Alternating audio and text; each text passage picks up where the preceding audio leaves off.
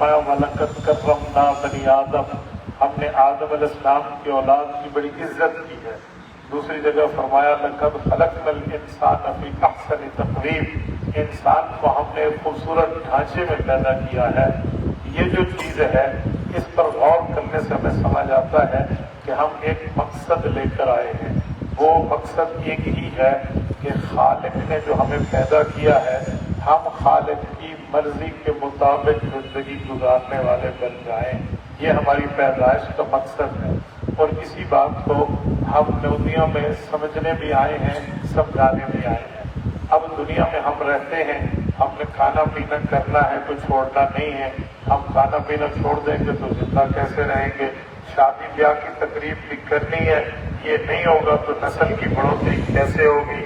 تو اس کے لیے ذہن میں رکھنا چاہیے کہ وہ کھانا کھائیں گے جو اللہ ہمیں بتا رہے ہیں، ہر اس کھانے سے رکیں گے جس سے اللہ نے ہمیں روکا ہے۔ دوسرا، ہم شادی وہ کریں گے جو اللہ نے ہمیں حلال کر کے دی ہے، وہ نہیں کریں گے جس سے اللہ نے منع کیا ہے۔ میں اس کی ایک ایک مثال آپ کی خدمت میں رکھوں۔ دیکھو، کھانے اور پانی پینے میں ہر وہ چیز نہیں ہے جس کو میرا منہ چبا جائے یا میری لذت منہ کی بن جائے تو یہ جائز ہے، جی نہیں۔ ہم وہ کھائیں اور پیئیں گے جہاں اللہ نے ہمارے لیے جائز قرار دیا ہے۔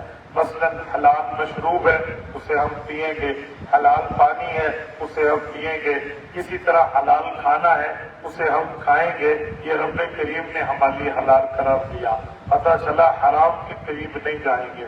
اسی طرح شادی بیاہ ہے، ہم نے شادی میں جو اللہ رب العزت کا حکم ہوگا اس کو دیکھیں گے۔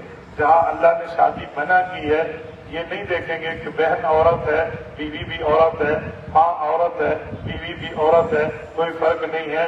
نہیں، فرق ہے، جسے کہتے ہیں غیر فرق کے مراتب نکنی زندگی اور وہ بے ایمان کہتے ہی اسے ہے جو ان فرق کے معاملات کو نہ جانے۔ تو ہم نے شادی وہی کرنی ہے جہاں اللہ رسول نے حکم دیا، وہاں نہیں کرنی جہاں ہمارا من چاہے گا۔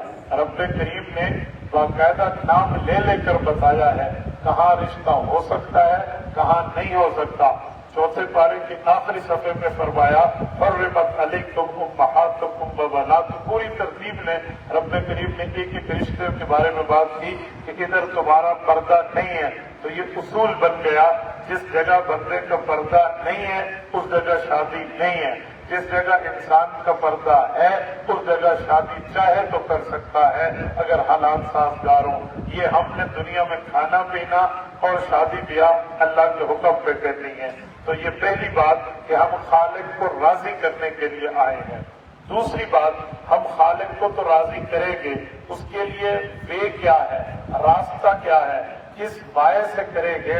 تو اس کے لیے آپ کے اور میرے لیے آئیڈیل، آپ کے اور میرے لیے نمونہ، آپ کے اور میرے لیے راستہ، آپ کے اور میرے لیے مشعل راہ وہ حضرت محمد الرسول اللہ صلی اللہ علیہ وسلم کی زندگی ہے، نبی پاک کا طریقہ ہے، نبی پاک کے احکام، فرمان، فرمودات، قرآن حدیث کی شرح حضور کی زبان سے جو ہمیں ملی ہے اس کے مطابق ہم کریں گے۔ اسی بات کو اللہ نے سورۃ احزاب میں فرمایا لَقَدْ كَانَ لَكُمْ فِي رَسُولِ اللَّهِ أُسْوَةٌ حَسَنَةٌ، اے لوگو ہم تمہیں صرف نمونہ نہیں دے رہے، أُسْوَةٌ حَسَنَةٌ فرمایا بہترین نمونہ دے رہے ہیں۔ اور بہترین نمونہ کیا ہے؟ سرور کائنات کی زندگی، رحمت دو عالم کی زندگی، محبوب دو عالم کے طرز ہے، یہ آپ کے لیے ہے۔ اب ہم نے اللہ کو راضی کرنا ہے حضور کے طریقے پر، اللہ کے احکام کو ماننا ہے حضور پاک کے احکام کے مطابق۔